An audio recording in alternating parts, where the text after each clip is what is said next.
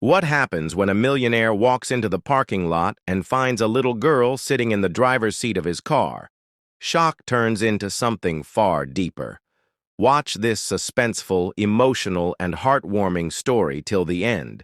It will melt your heart and leave you with a powerful lesson about love and society. John Vincent pushed open the heavy glass doors of the hospital, stepping into the cool evening air. The scent of disinfectant still lingered in his nose, mixing with the faint breeze of the parking lot. He had just spent hours visiting a loyal employee who had fallen ill, his heart weighed down by concern. Business deals, phone calls, and contracts filled his mind until something stopped him dead in his tracks. His eyes locked onto a car. It wasn't unusual to see cars parked outside a hospital, but this one, this tiny red car, drew his full attention. Something about it was wrong. The headlights were dim, one flickering as if the battery was dying. And then John saw it. A figure inside. Small, fragile, not an adult, not even a teenager, but a little girl. John blinked twice, convinced his tired mind was playing tricks. But no, his sharp gaze confirmed the truth. A child, no more than 7 years old, sat behind the steering wheel. For a man who had faced ruthless board meetings, vicious competitors, and billion-dollar risks, John Vincent thought he had seen everything. But this sight left him shaken in a way nothing else had. His heart gave an unfamiliar jolt. Why was a child here? Alone? At night? Behind the wheel of a car she could barely reach across? The little girl's small hands gripped the steering wheel as though it were the last thing holding her together. Her knuckles turned pale under the pressure of her fragile hold. Her feet stretched down desperately, barely brushing the pedals. It was both heartbreaking and terrifying. She looked like she wanted to drive away, yet couldn't. Her blue eyes glistened under the glow of the streetlight, shimmering with tears she had tried to hold back. Her blonde hair, tangled and messy, fell into her face. She blinked hard as though trying to look brave but failing. John's steps slowed, his chest tightening. Something about her face pierced through him, cutting deeper than anything else ever had. She didn't look like a mischievous child playing. No, this was different. She looked lost. She looked abandoned. The parking lot was quiet, only the faint sound of the wind brushing against leaves. In that silence, her tiny frame behind the wheel looked even more out of place. She clutched the steering wheel not as if she wanted to drive, but as if it was her shield. Her small body seemed to say, "This is all I have left. Don't take it away." John's world slowed down. His mind, always racing with profit margins and company shares, suddenly had only one thought. Why is she here? Every step closer filled him with more questions. Who was she? Where were her parents? Why was she in a car alone at this hour? The deeper John looked, the more he saw. Her lips trembled, but she pressed them together as if trying to appear strong. Her dress was wrinkled, and a faint scratch marked her knee. Her eyes darted around nervously, like a deer cornered by the world. John's throat tightened. There was something haunting about her silence. Something that told him this little girl's story was not simple. It wasn't just about curiosity or play. It was pain. He stopped just a few feet from the car, his shadow stretching across the hood. The little girl's eyes met his for the first time. Blue met gray, and in that single moment John Vincent felt his powerful world shift beneath his feet. Her gaze held fear, yes, but beneath that fear was a quiet plea. A silent cry. A child's wordless scream that begged, "Please, someone see me! Please, someone don't walk away!" And John knew instantly, without a doubt, this was not a child he could ignore. The little girl behind the wheel was Hazel Chloe. And from the very first second their eyes met, John Vincent's life would never be the same again. John's polished leather shoes echoed softly against the pavement as he approached the car. Every instinct inside him told him to move carefully, like approaching a frightened bird that might take flight at the slightest sudden move. He had built his empire by being direct, but now he knew. Gentleness was the only key. The little girl's head jerked slightly at the sound of his footsteps. Her small hands gripped the steering wheel tighter, her knuckles turning white. Her wide eyes darted to him, shimmering with fear, mistrust, and something else, an unspoken cry for help. John raised his hands slightly, palms open, showing he meant no harm. His voice dropped low, tender, almost unlike the commanding tone he used with business partners.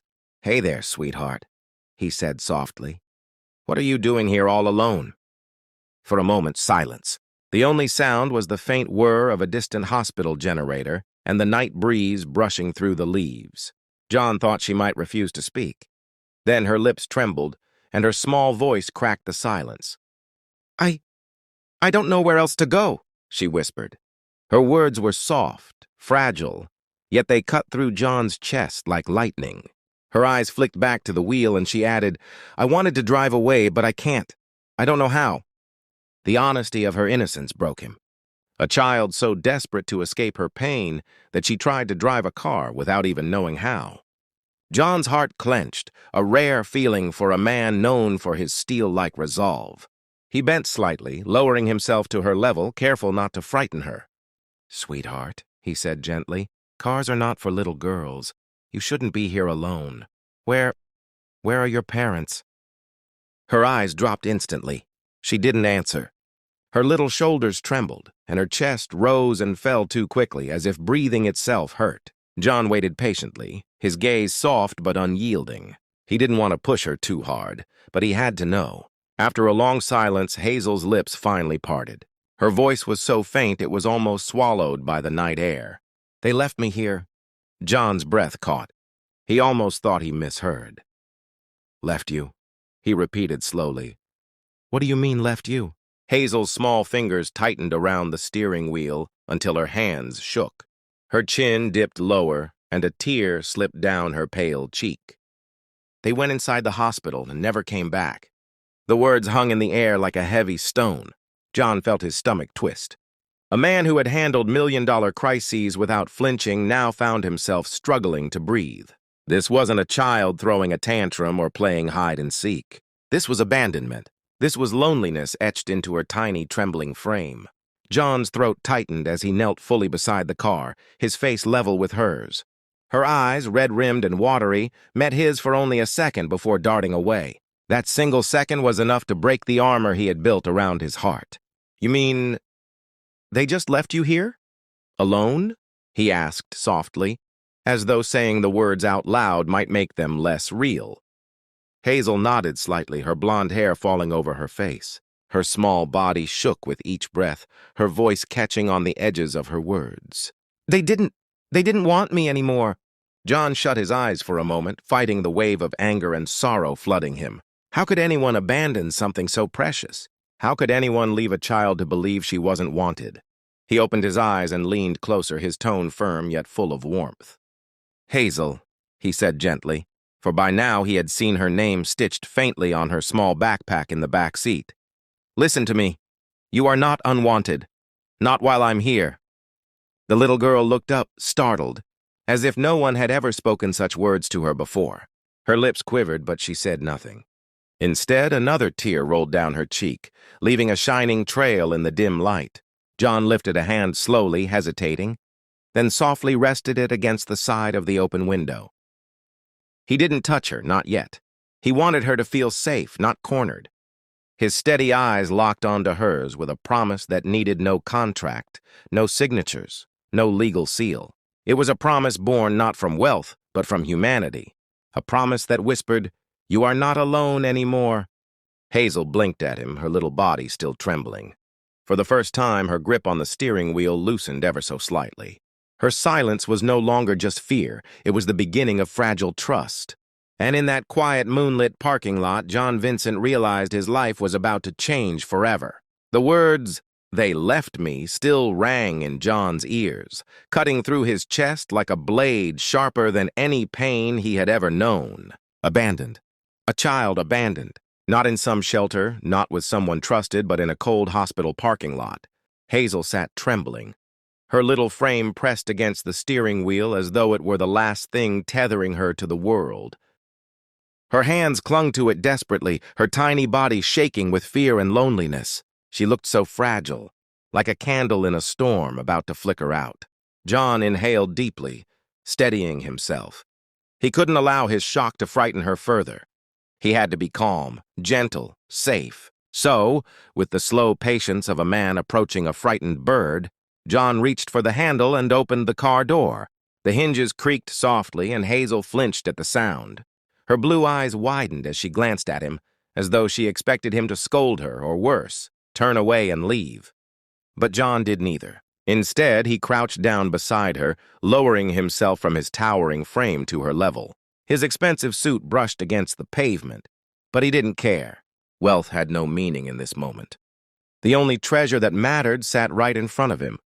A little girl fighting to be brave in a world that had already broken her heart. Very gently, he reached out and placed his warm hand over her small, trembling one. Her fingers twitched under his touch, hesitant, uncertain, but she did not pull away. It was the first crack in the wall she had built around herself.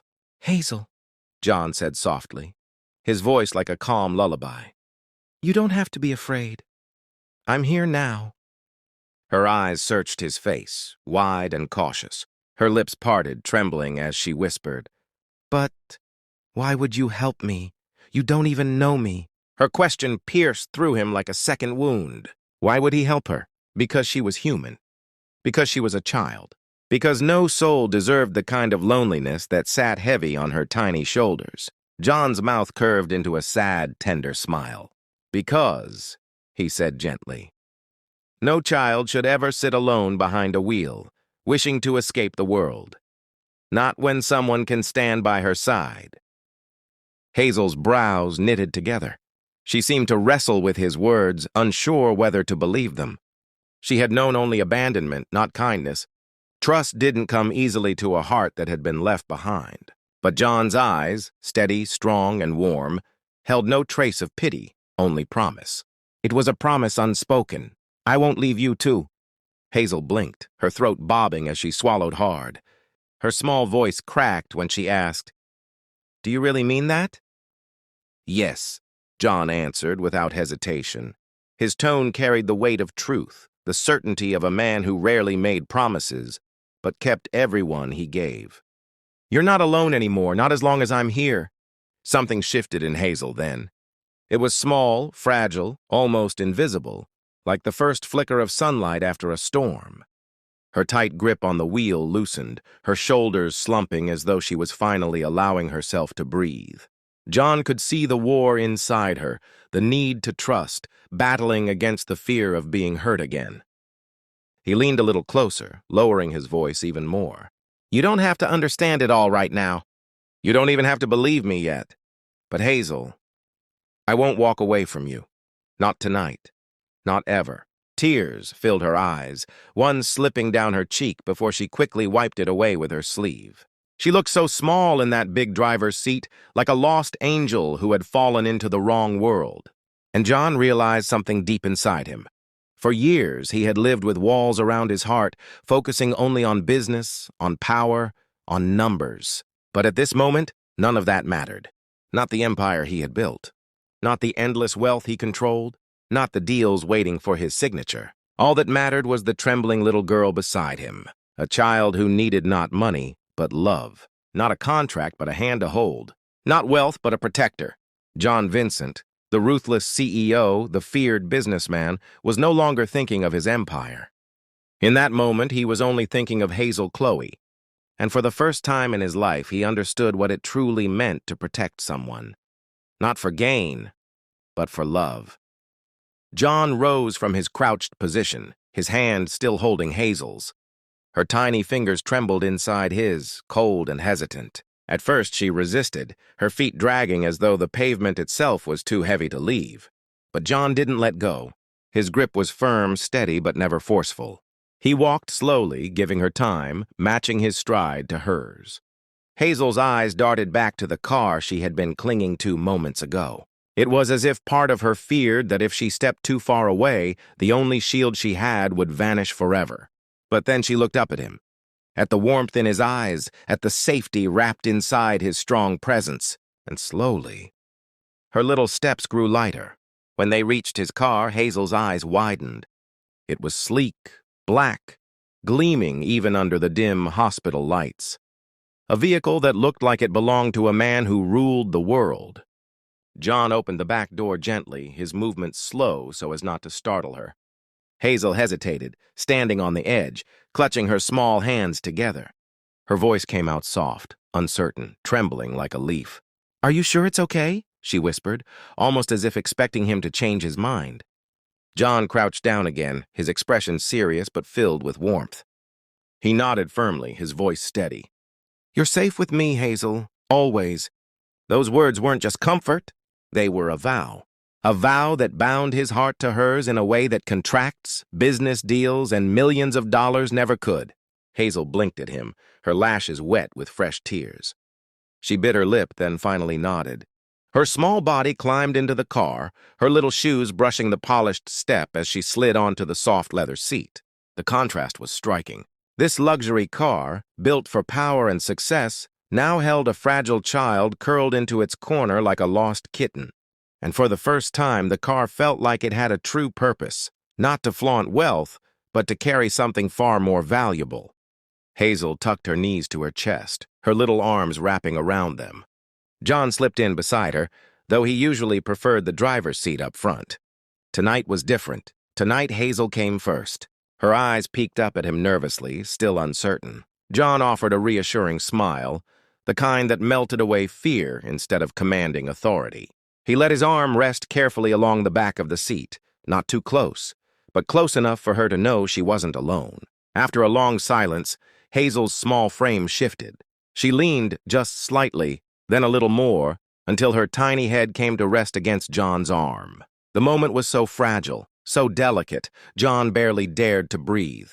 Her hair brushed his sleeve, soft and faintly scented of something simple, like baby soap. Her breathing was shaky at first, uneven, but as the minutes passed, it grew steadier. She was letting herself rest. She was letting herself trust.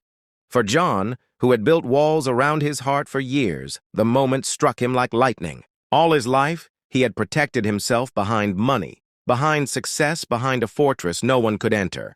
But Hazel, this little girl who had lost everything, walked right past those walls without even knowing it.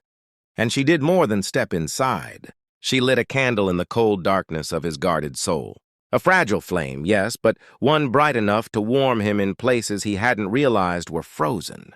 John looked down at her, his throat tightening. Her small face finally relaxed. Her lips parted slightly as exhaustion tugged her closer to sleep. He realized something powerful. She trusted him, even if only for tonight. And he silently vowed not to let that trust break. The night outside felt colder, the world heavy with shadows. But inside that car, with Hazel's tiny head resting on his arm, John felt something he hadn't felt in years. Not victory, not power, but purpose. This night was no ordinary night. This was the night that changed everything. For Hazel, who had found a protector, and for John Vincent, the millionaire CEO who had finally discovered what it truly meant to be human. Over the next days, John learned more about Hazel. Her parents had struggled with debts and arguments, and in their weakness, they had chosen to leave her behind rather than face responsibility. Hazel had tried to pretend she was brave, sitting behind the wheel, thinking maybe she could drive away to a better life. But all she really wanted was someone to hold her hand and tell her she mattered. John made sure she had everything she needed: food, warmth, clothes, and more importantly, love. He hired the best caregivers and teachers, but he himself spent the most time with her. Hazel began to smile again. She laughed at little things, drew pictures, and even teased John when he tried to cook and nearly burned the kitchen. And John discovered a side of himself he had never known. For the first time, he wasn't living for money or power. He was living for the happiness of a 7-year-old girl who had stolen his guarded heart. Months later, John stood outside his mansion's garden, watching Hazel chase butterflies in the grass. Her laughter filled the air, brighter than any deal he had ever closed. He knew the truth. Money could build towers, but only love could build lives. John adopted Hazel officially, making her his daughter in every way. She now had not just a home, but a father who would never abandon her. The millionaire CEO who once walked alone now understood what family truly meant. And for society, the lesson was clear. Every child deserves love, care, and safety. Abandonment breaks hearts, but kindness heals them. Wealth is measured not in dollars, but in how we choose to protect the innocent. John Vincent never forgot that night outside the hospital, and neither did Hazel. For her, the man who found her behind the wheel wasn't just a stranger. He became her whole world. Heartwarming lesson. Love and compassion are worth more than wealth. In a world that often forgets the vulnerable, we must remember that protecting and valuing children is what makes us truly human.